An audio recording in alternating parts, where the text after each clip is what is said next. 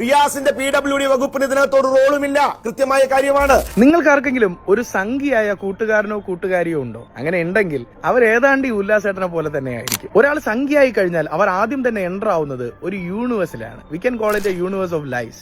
ആ യൂണിവേഴ്സിനകത്ത് അവരെ പഠിപ്പിക്കുന്ന ഒരു കാര്യമെന്ന് പറഞ്ഞാൽ നമ്മുടെ എതിരാളികൾ എന്ത് ആരോപണങ്ങൾ ഉന്നയിച്ചാലും, ഈവൻ തെളിവുകൾ നിരത്തി ഉന്നയിച്ചാൽ പോലും നമുക്ക് നമ്മുടേതായിട്ടുള്ള ഒരു സ്റ്റാൻഡ് ഉണ്ട്.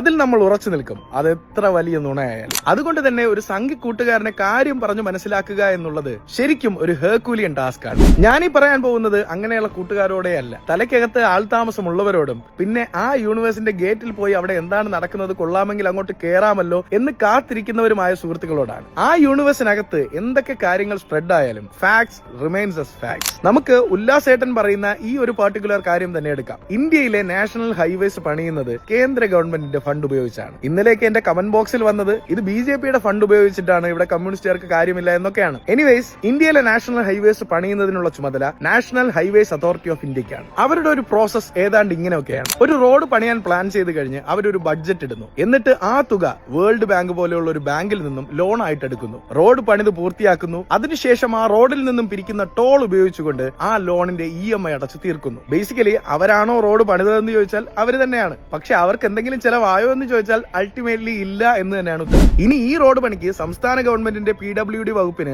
എന്തെങ്കിലും കാര്യമുണ്ടോ എന്ന് ചോദിക്കുന്നവർക്ക് കൂടെ ഒരു മറുപടി തരട്ടെ. നാഷണൽ ഹൈവേസ് അതോറിറ്റി ഓഫ് ഇന്ത്യയുടെ നോഡൽ ഓഫീസായിട്ട് പ്രവർത്തിക്കുന്നത് ഓരോ സംസ്ഥാനങ്ങളുടെയും PWD ഡിപ്പാർട്ട്മെന്റ് തന്നെയാണ്. അതായത് NHA മാത്രം വിചാരിച്ചാൽ ഇവിടെ ഒരു റോഡ് പണി പൂർത്തിയാക്കാൻ സാധിക്കില്ല. അവിടെ KSEBയുടെ ഹെൽപ്പ് വേണം, കേരള വാട്ടർ അതോറിറ്റിയുടെ ഹെൽപ്പ് വേണം. ഇങ്ങനെ ഒരുപാട് കാര്യങ്ങൾ കോർഡിനേറ്റ് ചെയ്യപ്പെട്ടാൽ മാത്രമേ കൃത്യമായിട്ട് ആ റോഡ് പണി പൂർത്തിയാക്കാൻ സാധിക്കുകയുള്ളൂ. ഇതെല്ലാം കോർഡിനേറ്റ് ചെയ്ത് ചെയ്യുന്നത് ഇവിടെ NHAയുടെ നോഡൽ ഓഫീസായിട്ട് പ്രവർത്തിക്കുന്ന PWD ഡിപ്പാർട്ട്മെന്റ് തന്നെയാണ്. അതുകൊണ്ട് തന്നെ ആ റോഡ് പണിയുടെ ഉദ്ഘാടനത്തിന് പൊതുമരാമത്ത് വകുപ്പിന്റെ മിനിസ്റ്റർ തീർച്ചയായും പങ്കെടുക്കേണ്ടതാണ്. അല്ലെങ്കിൽ പിന്നെ in the august presence of PA Muhammad Riyas എന്ന് വെണ്ടയ്ക്ക അക്ഷരത്തിൽ ആ ശിലാഫലകത്തിൽ പേരെഴുതേണ്ട കാര്യമില്ലല്ലോ. ഇനി ഇപ്പൊ നടന്ന റോഡ് പണിയിൽ സംസ്ഥാന ഗവൺമെന്റിന് ഒരു കാര്യവുമില്ല എന്ന് പറയുന്നവരോടുകൂടി ഒരു കാര്യം പറഞ്ഞോട്ടെ. റോഡ് പണിയുമായി ബന്ധപ്പെട്ട ഭൂമി ഏറ്റെടുക്കലിന്റെ 25% ഇപ്പൊ കൊടുത്തിരിക്കുന്നത് കേരള ഗവൺമെന്റ് ആണ്. ഈ കാശ് സ്റ്റേറ്റ് ഗവൺമെന്റിന്റെ കയ്യിൽ നിന്ന് പോയതാണ്.